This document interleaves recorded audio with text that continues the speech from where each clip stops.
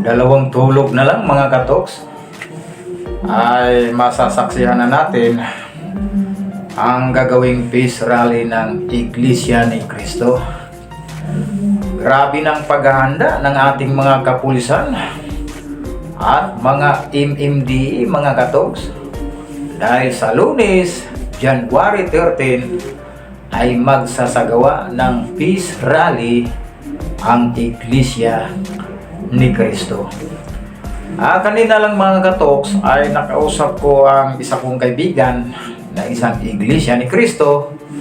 Ang sabi niya sa lokal daw nila ay 10 ang sasakyan na gagamitin papunta sa lugar kung saan magsasagawa ng peace rally ang Iglesia ni Cristo.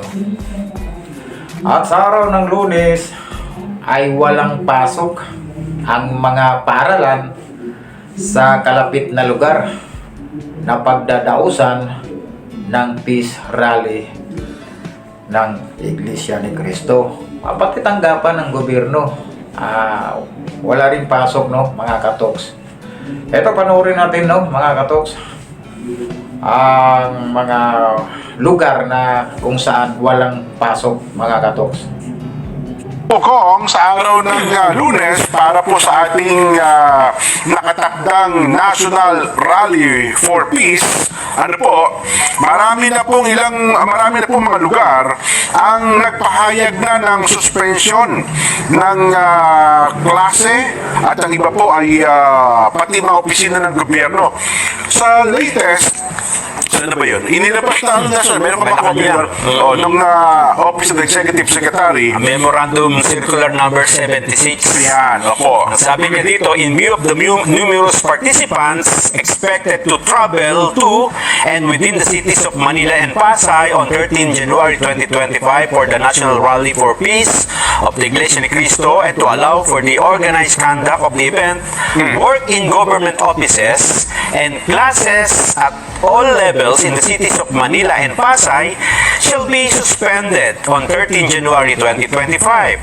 However, those agencies whose functions involve the delivery of basic and health services, preparedness, response to disasters and calamities, and or the performance of other vital services shall continue their operations and render the necessary services.